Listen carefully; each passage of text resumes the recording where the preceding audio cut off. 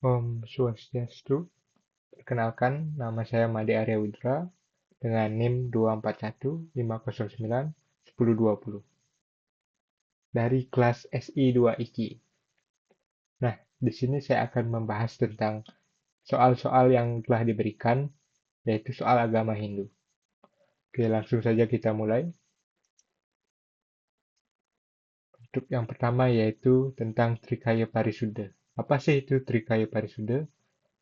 Trikaya Parisuddha adalah 3 perilaku yang baik, bersih, suci, dan suci yang harus dilakukan agar kita selalu menjadi baik. Bagian-bagiannya yaitu yang pertama, manajika, yaitu berpikir yang baik dan bersih, seperti tidak iri, tidak berniat jahat. Yang kedua ada wajika, yaitu berkata yang baik dan jujur. Contohnya seperti tidak berbohong, tidak berkata kasar. Dan yang terakhir yaitu kayika, berbuat yang baik dan benar, seperti menolong dan tidak mencuri. Oke, selanjutnya nomor 2, yaitu tentang Trihita. Apa sih itu Trihita? Jadi, Trihita adalah 3 penyebab terciptanya kebahagiaan dan keharmonisan manusia. Bagian-bagiannya yaitu yang pertama, parahyangan, yaitu hubungan harmonis antara manusia dengan Tuhan. Contohnya berdoa atau beribadah di pura. Yang kedua yaitu pawongan, yaitu hubungan yang harmonis dengan sesama manusia. Contoh contoh kegiatannya yaitu gotong royong dan tolong menolong. Dan yang terakhir yaitu palemahan, yaitu hubungan yang harmonis dengan lingkungan, seperti menjaga kebersihan dan menanam pohon. Selanjutnya yaitu tentang Panca Mahabhuta. Panca Mahabhuta adalah 5 elemen agung yang membentuk alam semesta, yaitu Buana Agung, dan manusia, yaitu Buana Alit. Unsur-unsur dari Panca Mahabhuta yaitu yang pertama, pertiwi atau unsur padat. Pada Buana Agung seperti tanah, batu, kayu, dan lain-lainnya. Dan pada Buana Alit yaitu daging, tulang, dan benda-benda padat yang ada di dalam tubuh manusia. Yang kedua apa? Yaitu unsur cair. Dalam Buana Agung ini yaitu air, air hujan, air laut, dan sebagainya. Pada tubuh manusia atau Buana Alit ini darah, keringat, dan cairan dalam tubuh. Selanjutnya TJ yaitu unsur panas.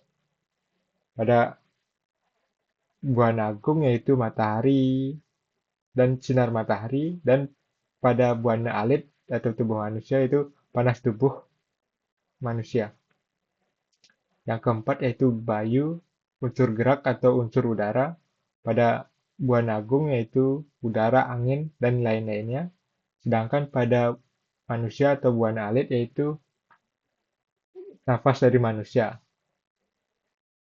Dan terakhir yaitu Akase, unsur ruang. Pada Buana Agung, Akase ini merupakan semua bagian di alam semesta yang memiliki ruang. Pada Buana Alit atau tubuh manusia, eh, yaitu rongga-rongga yang ada di dalam tubuh manusia. Selanjutnya, karma wasana dan punarbawa. Punarbawa itu adalah proses kelahiran kembali atau reinkarnasi untuk memperbaiki dan menanggung hasil dari perbuatannya. Sedangkan karma wasana yaitu bekas atau sisa perbuatannya dari kehidupan yang lampau atau di masa lalu yang melekat pada jiwanya, dapat berupa bakat, sifat, atau kecenderungan. Hubungan keduanya yaitu karena adanya hukum karma, jiwa mengalami punarbawa dengan membawa serta karma wasana yang mempengaruhi kehidupannya. Oke, selanjutnya, nomor 5 yaitu 3 unsur penting dalam niatnya. Yang pertama yaitu karya atau perbuatan atau kerja. Yajnya melibatkan tindakan nyata, baik dalam bentuk upacara ritual maupun perbuatan baik sehari-hari. Karya itu harus dilakukan dengan kesadaran dan tujuan yang jelas sesuai dengan ajaran agama Hindu. Kemudian sreya atau ketulusan, pelaksanaan yajnya itu harus didasari oleh niat yang tulus ikhlas tanpa pamrih atau paksaan. Ketulusan ini mencerminkan kesadaran akan makna yajnya dan hubungan dengan Tuhan serta sesama. Nah, yang terakhir yaitu bakti, persembahan atau doa.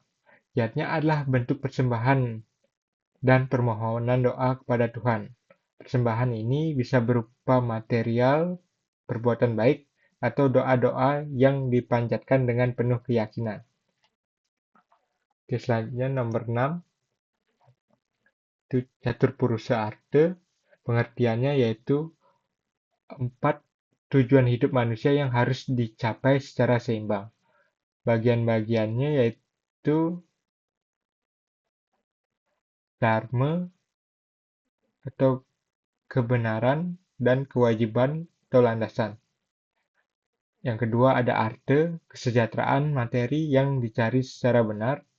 Yang ketiga ada kama, kenikmatan hidup yang dinikmati secara wajar.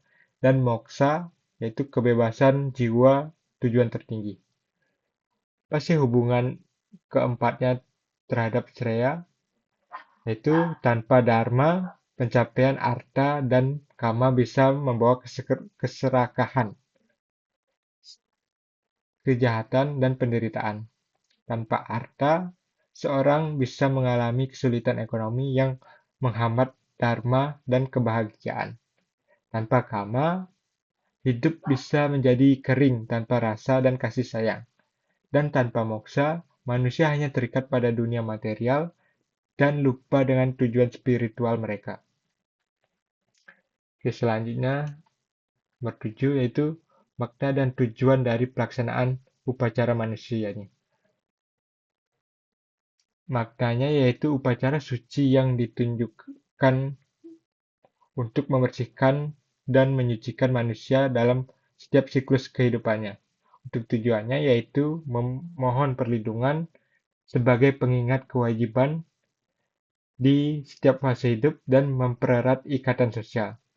Untuk contoh upacaranya yaitu upacara 3 bulanan, upacara metatah atau potong gigi, dan upacara pernikahan atau pawiwahan. Selanjutnya nomor 8 yaitu pengertian dan fungsi pura. Pura. Untuk pengertiannya, pura itu merupakan tempat suci sebagai rumah atau istana sebagai bagi Tuhan dan manifestasinya. Kemudian fungsinya yaitu sebagai fungsi ibadah, itu tempat untuk bersembahyang dan melaksanakan upacara keagamaan. Yang kedua yaitu fungsi sosial dan budaya, yaitu pusat keinginan kegiatan rakyat sebagai gotong royong, gotong ayah, dan pelestarian seni budaya. Selanjutnya nomor 9 untuk tentang Hari Raya Saraswati. Pengertian dari Hari Raya Saraswati yaitu perayaan turunnya ilmu pengetahuan sebagai wujud syukur kepada Dewi Saraswati. Dan inspirasinya bagi pelajar yaitu mengingatkan semangat belajar sebagai aktivitas mulia. Yang kedua, mengajarkan rasa hormat kepada sumber ilmu seperti buku dan guru. Dan yang terakhir yaitu mendorong penggunaan ilmu untuk tujuan kebaikan. Oke, selanjutnya nomor 10 yaitu pancayatnya dan dewayanya. Untuk pancayatnya itu yaitu 5 jenis persembahan suci dalam agama Hindu. Yang pertama ada dewayanya yaitu persembahan kepada Tuhan dan para dewa. Kedua ada pitriyanya yaitu persembahan kepada leluhur. Yang ketiga ada resiyatnya yaitu penghormatan untuk persembahan kepada guru dan pendeta. Yang keempat ada manusianya, yaitu upacara untuk manusia seperti lahir, kawin, 3 bulanan, dan lain-lainnya. Dan yang terakhir budayanya, yaitu persembahan kepada makhluk lain, makhluk halus di alam dan alam ini. Sedangkan untuk dewayanya, yaitu merupakan salah satu bagian dari panciyanya. Itu persembahan yang dikhususkan untuk Tuhan dan manifestasinya. Contohnya sembahyang, galungan, kuningan, purnama, dan lain-lainnya. Jadi dewayanya ini merupakan bagian dari panciyanya. Perbedaannya hanya pada aspek yang dituju. Dewayanya yaitu hanya bertuju ke satu aspek, yaitu ke eh, persembahan kepada Tuhan, sedangkan panciyanya merupakan bagian umumnya, persembahan kepada 5. Oke, selanjutnya nomor 11, yaitu ahimsa sebagai bagian dari ajaran Dharma. Pengertian dari ahimsa yaitu tindakan yang tidak menyakiti, menyiksa, atau melakukan kekerasan pada makhluk lain, baik melalui pikiran, perkataan, maupun perbuatan. Untuk contoh sosialnya yaitu melerai pertengkaran, tidak menyebar fitnah, dan menghargai perbedaan pendapat sebagai wujud aktif menciptakan kedamaian. Oke, selanjutnya nomor 12 tentang makna filsafat Tattvam Asi dan contohnya dalam kehidupan bernegara. Pengertian dari Tattvam Asi yaitu engkau adalah itu dan itu atau itu adalah engkau. Dalam konteks agama Hindu, frasa ini memiliki makna filosofis yang mendalam, yang menekankan kesatuan antara Brahman, realitas tertinggi atau Tuhan, dengan Atman, yaitu diri sejati atau jiwa individu. Untuk penerapannya dalam kehidupan bernegara, yaitu mendorong solidaritas sosial, seperti membantu korban bencana di daerah lain, menolak diskriminasi, dan memperkuat toleransi antar agama. Selanjutnya nomor 3 ada Triguna dalam ajaran Samkhya dan pengaruhnya terhadap perilaku manusia. Untuk pengertiannya yaitu Triguna merupakan 3 sifat dasar alam semesta yang juga terdapat dalam diri manusia. Ketiga sifat ini saling mempengaruhi dan membentuk watak serta perilaku seseorang. Untuk bagian-bagiannya yaitu Sattva, sifat tenang, bijaksana, dan baik. Yang kedua Rajas, yaitu sifat aktif, bergairah, dan ambisius. Dan sifat Tamas, yaitu sisi gelap, malas, dan pasif.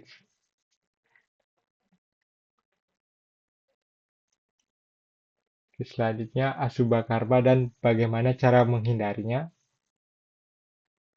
Asubha Karma ini merupakan berarti buruk atau negatif, dan Asubha Karma adalah tindakan-tindakan yang dianggap buruk, negatif, atau tidak beretika, termasuk perbuatan-perbuatan yang melanggar moral seperti kekerasan, kebohongan, kecurangan, dan perilaku yang merugikan lainnya. Akibat dari Asubha Karma dipercaya akan membawa penderitaan, kesulitan, dan mengakibatkan konsekuensi yang tidak menguntungkan di kehidupan selanjutnya. Asubha Karma dianggap sebagai beban karmik yang dapat menghalangi perkembangan rohaninya. Untuk cara menghindarinya yaitu dengan cara melakukan Trikaya Parisuddha, yaitu yang pertama berpikir yang baik, yang kedua berbicara yang baik, dan yang ketiga berbuat yang baik. Oke, selanjutnya nomor 15 tentang pentingnya pengendalian diri atau indriya nigraha dalam kehidupan spiritual. Pengertiannya yaitu mengendalikan diri atas panca indera ini mengacu pada upaya untuk mengendalikan atau mengekang hawa nafsu dan keinginan yang muncul dari panca indera seperti mata, telinga, hidung, lidah, dan kulit agar tidak terjerumus ke dalam kesenangan duniawi. Mengapa hal ini penting? Yaitu penting dalam kehidupan spiritual karena indera yang tidak terkendali dapat mengganggu konsentrasi, menumbuhkan keinginan yang berlebih, dan menjauhkan seseorang dari ketenangan batin. Dengan mengendalikan indera panca indera, seseorang dapat lebih fokus pada tujuan spiritual seperti meditasi, pengabdian, dan pencerahan diri. Oke, selanjutnya nomor 16 yaitu korupsi menurut pandangan umum dan menurut pandangan agama Hindu memandang tindakan korupsi. Untuk pengertian umumnya yaitu korupsi adalah penyalahgunaan kekuasaan atau jabatan untuk keuntungan pribadi yang merugikan masyarakat, melanggar hukum, dan menghambat pembangunan. Sedangkan menurut agama Hindu, korupsi adalah bentuk asubha karma atau perbuatan tidak baik yang melanggar dharma atau ajaran kebenaran dan kewajiban moral. Tindakan ini membawa papa atau dosa dan menghalangi pencapaian moksa atau pembebasan spiritual. Salah satu sloka yang relevan dengan tindakan korupsi yaitu Adhamah Ksayam Evati Dharmo Raksati Raksitah dalam kitab Manusmriti 8.15. Artinya, ketidakbenaran pasti membawa kehancuran, kebenaran atau dharma melindungi mereka yang menegakkannya. Terjemahannya. Untuk artinya yaitu orang yang hidup dalam ketidakjujuran seperti korupsi akan menghadapi akibatnya. Sementara mereka yang menjunjung dharma akan dilindungi oleh dharma itu sendiri. Oke, selanjutnya 17. Bagaimana nilai-nilai dharma dalam agama Hindu dapat dijadikan dasar untuk mencegah korupsi? Nilai-nilai dharma dalam agama Hindu seperti satya, kejujuran, asteya, tidak mencuri, ahimsa, tidak menyakiti, dan dana, berbagi dengan ikhlas, dapat dijadikan landasan yang kuat untuk mencegah dan memberantas korupsi. Dharma menuntun setiap individu untuk bertindak benar, adil, dan bertanggung jawab dalam segala aspek kehidupan, termasuk dalam menjalankan tugas sosial dan pemerintahan. Contoh nyatanya yaitu seorang pejabat yang memegang teguh nilai satya akan menolak suap dan bekerja jujur untuk melayani rakyat. Walaupun pada saat ini cuma sedikit pejabat yang seperti itu, di desa-desa praktik dana dalam gotong royong dan transparansi dana desa menunjukkan penerapan dharma untuk mencegah penyelewangan. Selanjutnya nomor 18 yaitu penerapan Trikaya Parisuddha dapat menjadi benteng moral terhadap tindakan korupsi. Trikaya Parisuddha sebagai benteng moral terhadap korupsi yaitu yang pertama, manacika, pikiran suci, yaitu tidak berniat curang atau mengambil hak orang lain. Wacika yaitu perkataan yang suci, tidak berbohong, menipu atau menutupi kebenaran. Dan yang terakhir kayika yaitu perbuatan yang suci, bertindak jujur, adil, dan tidak menyalahgunakan wewenang. Dengan menerapkan Trikaya Parisuddha ini, seseorang dapat membentuk integritas diri dalam memperkuat ketahanan moral dalam menghadapi korupsi. Jadi seseorang akan terhindar dari korupsi apabila menerapkan Trikaya Parisuddha ini. Selanjutnya yaitu teks suci Sara Samosjaya menyatakan bahwa ada jalan menuju kehancuran melalui kekayaan yang diperoleh dengan cara tidak benar. Kekayaan yang diperoleh secara tidak benar, seperti mencuri, menipu, atau korupsi, pada akhirnya akan membawa kehancuran, baik itu secara moral, sosial, maupun spiritual. Meskipun terlihat menguntungkan secara materi, perbuatan tidak benar akan menimbulkan penderitaan, kehilangan kepercayaan, dan karma buruk. Nah, hubungannya dengan korupsi masa kini, itu banyak pejabat atau individu kaya yang secara materi karena korupsi, namun akhirnya mengalami kehancuran, ditangkap hukum, kehilangan jabatan, nama baik, bahkan dijauhi oleh masyarakat. Hal ini menunjukkan bahwa kekayaan tanpa kejujuran tidak akan bertahan lama dan justru membawa penderitaan. Ajaran ini mengingatkan pentingnya memperoleh harta secara dharma, bukan adharma. Oke, soal yang terakhir, bagaimana ajaran karma pala menjadi peringatan bagi pelaku korupsi? Nah, menurut ajaran karma pala, setiap perbuatan baik maupun buruk akan menghasilkan akibat yang setimpal. Bagi pelaku korupsi, ini akan menjadi peringatan bahwa tindakan curang dan merugikan orang lain akan mendatangkan pahala yang buruk atau papa pahala dalam kehidupan sekarang maupun kehidupan berikutnya. Nah, ajaran karma pala ini menekankan bahwa tidak ada perbuatan yang luput dari hukum karma, meskipun korupsi mungkin tersembunyi dari hukum manusia, ia tidak bisa lepas dari hukum alam dan moral. Oleh karena itu, karma pala mengingatkan setiap individu untuk berbuat jujur dan benar agar menuai hasil yang baik atau subha pala dalam hidupnya.